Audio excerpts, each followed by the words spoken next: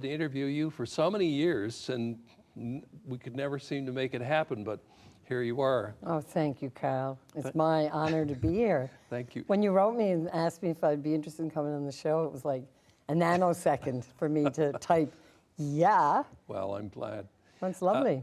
It's lovely to see you. I want to start at the beginning. You have roots in Placentia Bay. I think your father probably came from there? My father came from Red Island, but my mom's crowd were also from Placentia Bay. That was Jersey side. Her mom was a Kemp from Jersey side, and they ran the post office. And my dad was basically 6 siblings. They all were teachers, and they grew up on Red Island. And in the time when the Argentia base was really active, my dad came and got a job working in Argentia. And my mom, because her family were in Jersey side, her mom's and her sisters, you know, her aunts that is, they would always spend their summers out in Placentia. So one of these nights, it was the 8th of the 8th, 1947, there was a dance at the base, and Mom was there with her best friend, and they saw this guy walk across the floor looking like Van Johnson. My dad really looked like Van Johnson. Did he really? Crazy. I wish I could just show you a picture. It was amazing. He was like a doppelganger or whatever that word is. Anyway, so she looked to her friend Chris Madigan and said, "That's the man I'm going to marry." And 1 year later, August 21st, they got married. So there's the Placentia Bay connection, and then they moved into St. John's as they started to have children, and then my dad started teaching, and my mom worked at the Gosling Library, and then she had, when she started to have a family, she stopped working for a while. So there's a big connection to Placentia Bay. And then my mom ended up working at the Arts and Culture Library for 25 years because flash forward a few, about 10 years later, my dad died quite young. He was only 50 and he had a heart attack. And so my mom went to work at the library in Arts and Culture. So Was it your father who liked to sing? he not only liked to sing, he made 33 albums.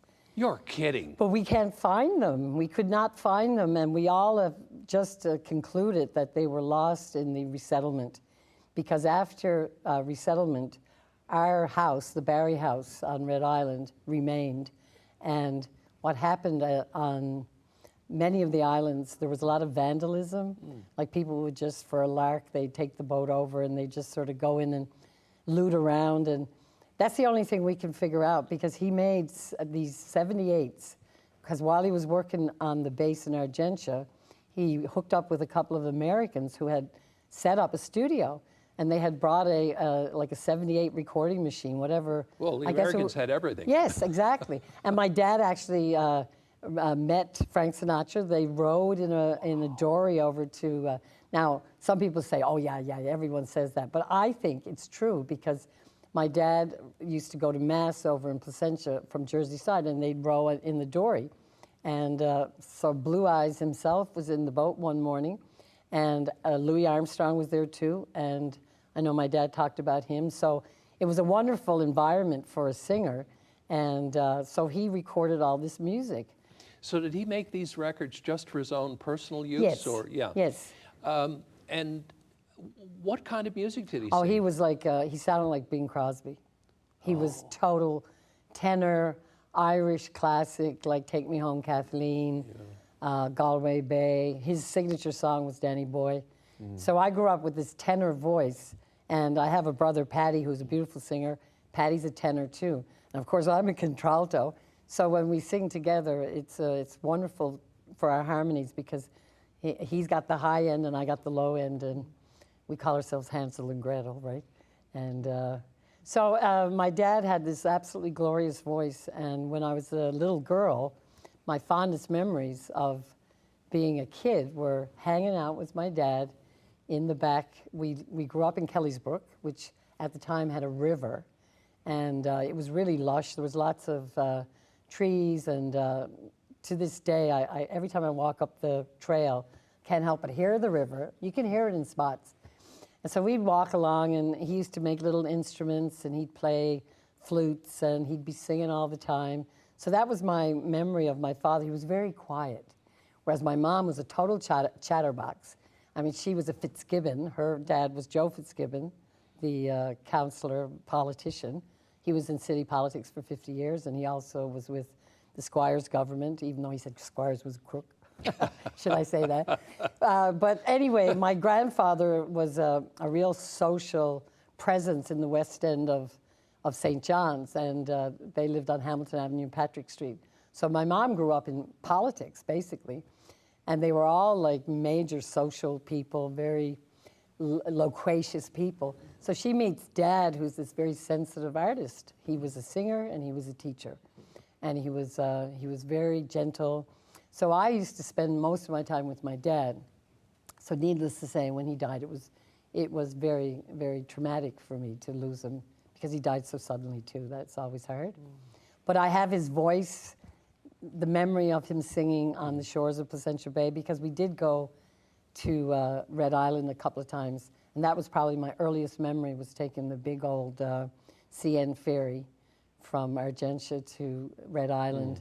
And I remember being so small that they laid me in the suitcase because I was seasick, and they said, Mom said, oh, Pat, just put her in the suitcase. But they just laid me on the deck, and then I calmed down, and I remember going across the plank and seeing this beautiful island. And contrary to what, like sometimes people think like Red Island's probably like Belle Island, but it's really lush, And I always think that must be because of the Gulf Stream brushing underneath it, because there's lots of valleys, and it was green. And my dad had said, sun's always shining on Red Island, and I've been there probably 5 times. The sun is always shining. I wonder how it got the name Red Island. Everyone got red hair. Well, my dad had red hair, yeah. And there's a ton of redheads from Red Island. Wow. Yeah. That's but also, I interesting. think that's my version. Yeah. I think the soil is red too. Okay. Were there any other musical influences in your early life? What about the church or? Well, I wondered if you knew that I started music when I was 24 years old. Oh, I did not. Now, I think that's a very important part of my story, because I was actually told by the nuns, God love them, that I couldn't sing because I had a deep voice, and girls with deep voices can't sing. So I grew up, honestly, pantomiming. And it was the biggest heartbreak of my whole childhood and high school, because I went to Holy Heart of Mary, Bless Me Father, for Iverson Regional High School, which had the best music program. And I was on the outside. I could never sing. And so it was the strangest thing, though, because I really didn't believe they were right. I really thought that I knew I could sing. I knew in my heart and in my soul, because it was such a deep love for music. And I always had that from a little girl. Like, I knew I was going to be a singer when I was about 7. I even said it at 5, I was going to be a singer. And at 7, I knew it. But then this whole thing happened at school. So I ended up, and all my friends had pianos, so when I'd go to their houses, I'd sort of tinker a little bit on the piano, and I'd always sing outside. Like, I'd go walking in that same Kelly's Brook, and I would just, because I could just sing my heart out, so I'd sing all the time. So I sang all the time, but it was only when I was like in my early 20s, I decided, that's it, I know this is what I want to do. I rented a piano. I started taking music theory classes, 3 hours a night for 5 nights a week for 6 months.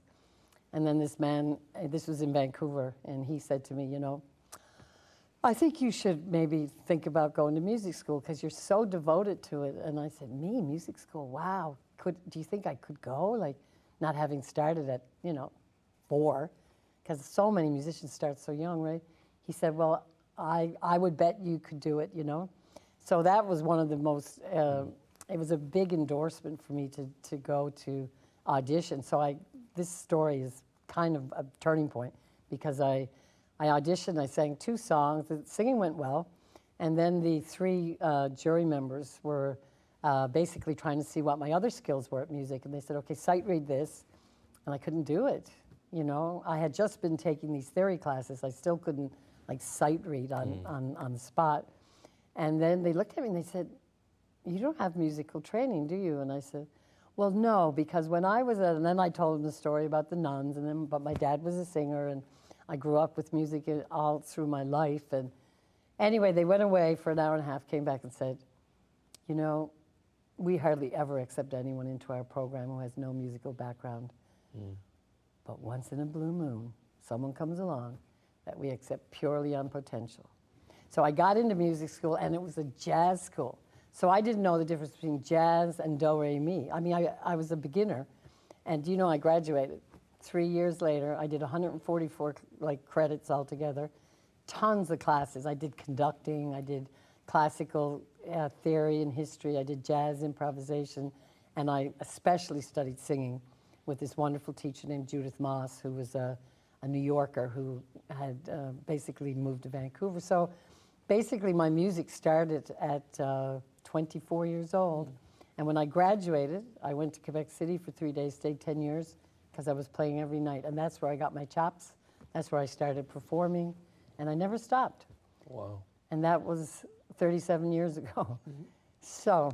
Talk for a little bit about composition, because I'm curious about the process you use when you're actually sitting down to write a song. How does that work for you? Well, a lot of the times I actually walk when I'm writing a song.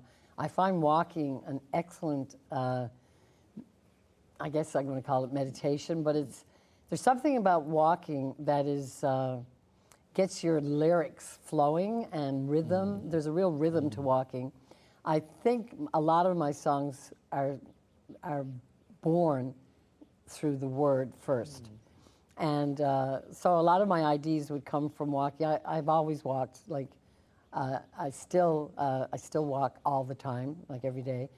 And then the sitting at the piano part is where the music is born. And it's not like they're separate. I mean, it's just that they come together separately, and then they come together.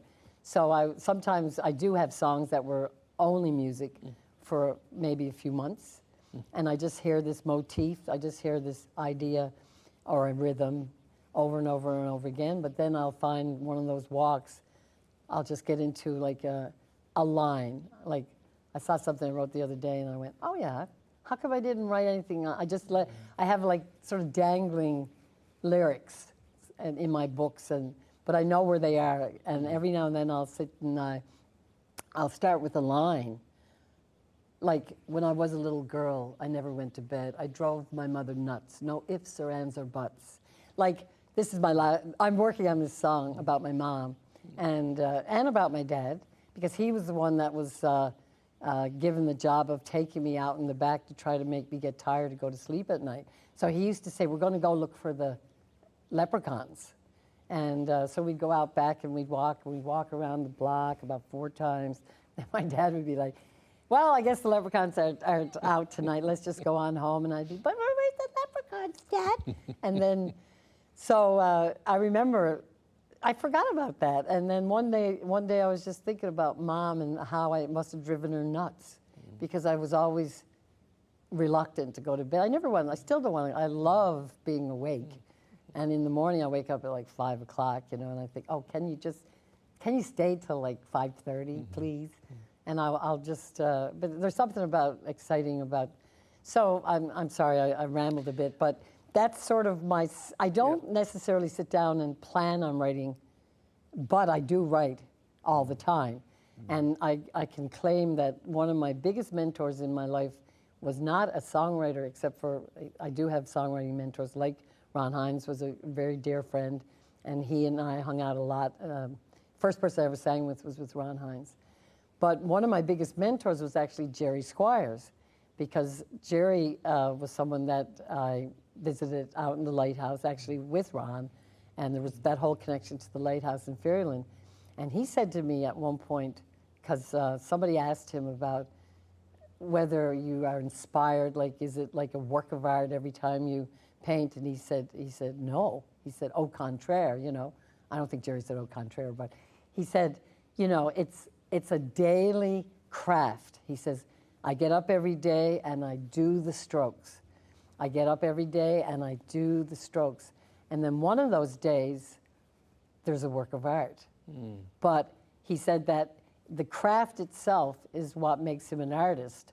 And the works of art are just like the sublime result of all that work. And I really got that because that's how I've always worked. Like I've always been really disciplined as a practicing singer, as a practicing musician. I always practiced. And I saw it as a daily craft, right? And out of those daily visits to the piano and to the, I still use a fountain pen. Like I work by hand.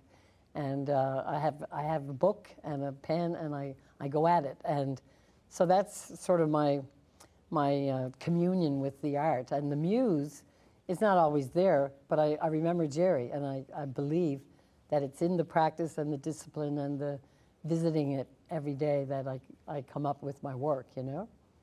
So is there a feeling or a mood you're trying to convey with your music? Well, I think that it's really parallel to what I'm going through in my life. Like I guess I have recorded 5 albums, and I was on the 11/11 album as well, which is a 6th album. But each of the albums were parallel to the journey I was on at that point in my life. For example, when I lived in Quebec, when I went for 3 days and stayed 10 years, like I had no idea I was going to spend all this time in Quebec. But if I think back to my life, like when I was a young girl, I went to Expo, and I remember spending the summer in Montreal and hanging around with all these French people because my cousins lived on the French side of the South Shore. And I remember coming back to school and the teacher saying, "What did you do the summer?" And I said, "Well, I was in Montreal, and I'm going to learn how to speak French." And I'm going to, like, so I was convinced a long time ago that French was a big part of where I was going, but I didn't quite know how it was going to happen. That's interesting, yeah. And one of those 5 albums is Chanson Hérissée. Very beautifully said. Fully French. All French. And nominated for Francophone Album of the Year. Magnificent album. I loved that album. Thank you, Karl. And oh gosh, yeah. I mean, I can hear you sing now.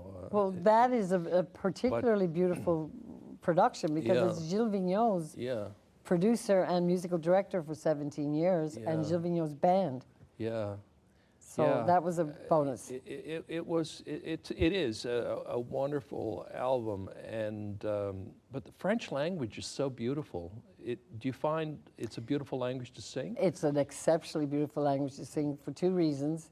There's a lot of nasal sounds, and from the days of studying with my singing teacher, like it's really good to sing up into the nasal resonator, but not to sound nasal, but to sing in nasal resonators. And secondly, you can be more dramatic in another language. Like I can sing anything in French because it's not my language, so I don't know if you understand. It's almost like you're not as self-conscious in a way, even though you'd think you'd be more self-conscious singing in another language. But for me, it's the opposite. I've actually studied 5 languages. Languages are my total passion. I'm now singing in German, actually. Oh, that's great. Yeah, I got 4 songs in German. Excellent. I did a concert last year in Germany, and it was a wonderful experience. Yeah. It was a sold-out show. And So what are some of the more memorable gigs you've done in your career? well, I have to think. Because you've done so many So in so many many. different places. Yeah. I mean, Well, Paris stands out. yeah. Paris was pretty exceptional. And I also played at the Place des Arts in Montreal. And that was but every time I set foot on the LSPU hall stage, it was fantastic. The hall is a beautiful place. Like, it has amazing energy, beautiful. It's very intimate. Very as intimate. well, yeah. And that's what I love, you know? Like, if you can get on a stage that feels, no matter if there's like 1,000 people or 3,000 people or 30, but you can create that connection with your audience. For me, that's everything with performing. I've now decided it's the most important thing, is the connection with the people. And I really feel it. And even a Holy Heart is a wonderful theater. It's bigger, but it has an intimate feel too, you know? And I played down I played in Indiana too, but more memorable even was I played down in Alabama at the Magnolia Springs, Alabama Jazz Festival. There was a man wandering down George Street the night I released my album These Days, down under the Majestic. There was a bar called Grafenberg's. Okay, And the windows were open that day, and he walked by and he came and he said, "Well, young lady, would you like to come to Alabama?" And I went, "Yeah." He said, "Well, I think you'd like our little Magnolia Springs Jazz Festival." And I said, "I'm there." And anyway, 5 years later, 5 whole years passed, he calls me up and says, "Hi, this is Ron McLean. Remember me from Alabama?" And I said, "Totally." So I ended up going there. That was 2008, and it was spectacular. Mary, about 6 years ago, you revealed publicly that you had been diagnosed with pulmonary fibrosis. Yeah, downer. So I wanted to talk to you about it because this is a lung condition, right? And for a singer, that must have been rather devastating to hear. Yeah. It was very devastating because when I first was told, I actually didn't know what it was. I'd never heard of it. And I said to the doctor, "What's that?" And he said, "Well, we call it the miner's disease." And I said, "Well, you know, I gave up working in the mines 10 years ago, right?" I've never been in a mine. And then he said, "Well, you know, there's other ways that you can get it, like exposure to asbestos." We had coal growing up. We had a coal furnace, but none of my brothers or my mom ended up with it. There's also a connection to cigarette smoke. I did sing in bars 27 years before they put the no smoking ban. That's my probable, I'm thinking that it could have been there. But then they also have an idiopathic component to the explanations, which means they don't really know. So at one point I realized that it was better to just accept it than to try to figure out how I got it, because I had it. How do I go about it? So then that's when I asked him, "So what's the cure?" And he said, "Well, there is none." And I was like, "Oh, that's really, really unfortunate," because there is the potential of getting a lung transplant, but I would need a double lung transplant. And I also have an autoimmune factor in all of this that basically disqualifies me from being a candidate. So then I was pretty down about it because I didn't really know what I was going to do about it. So, and I never talked about this because I was really afraid to share it, mostly for my career. Mostly I was thinking, will people start to look at me and try to hear if there's something going on? Will it make any difference in my hiring? And so I mostly kept it secret for that. But then I remember meeting a friend of mine when I was out in Vancouver the last time I was there. She said, "Has it ever occurred to you that your people may want, your people, like your friends, and the people that like your music, that they may want to know this?" And I said, "Well, why would they want to know this?" Because they said, because they may want to help you, or also it may make them feel closer to you. And then I said, "You're totally right." In a way, I was hiding something really important from people, and I wanted to. I realized being afraid of it was actually harder than being brave enough to talk about it. So once I told people, then I was like, okay, that's gone now. It's out there. And I've actually sung more in the last few years. It took me a couple of years to get. Well, the doctor told you not to give up singing. He said it was good. He said it was not only good, he said walking's good, swimming's great, and singing is sublime. Those were his words. He said, singing actually tricks your lungs into thinking they're performing better than they are. And I knew what he meant, you know, because when you're singing, you're using your total lung capacity, and you're really exercising the elasticity of the lungs and all the breathing work, and it is good. And so for the first year and a half, I didn't sing. I thought, okay, I'm going to put my things in order, as they say, put your affairs in order, whatever that means. And I was just going to do the things I thought I wanted to do. If I had a short time to live. And then one day I woke up and I went, sure, that's not even me. This is not me. Like, I'm a total fighter. And my mom was a fighter. Like, we come from a family of scrappers, you know? And I just said, that's it. I'm going to go. I'm going to figure out what alternatives are out there. I found out some information about a couple of clinics in Germany. And through the help of a GoFundMe campaign, I was able to, thanks to all the people behind me, I was able to go over to Germany, and I took immunotherapy treatments for about 1.5 years. Then I went back to another clinic. I went again last year. It's an alternative that seems to be helping to slow down the process, because the prognosis is not great when you look on the internet, but I never look at the internet anymore, because I just believe as long as I keep healthy, as fit as I can, as long as I keep singing, because the singing is really not only the physical payoff, but it's so important for my heart and my soul. And so that's it. I just keep going. You know, maybe I'll be one of those, like those golf players that dropped dead on the golf course, but they died doing what they wanted to do. Who knows? But I try not to think too far into the prognosis and where I'm going with it, and I really live one day at a time. Well, we hope that you continue singing for many, many years to come. Thank you very much for being on the program. It's my honor and pleasure, and so great to see you. Thank you very much. Thank you, Mary. And that's our program for today.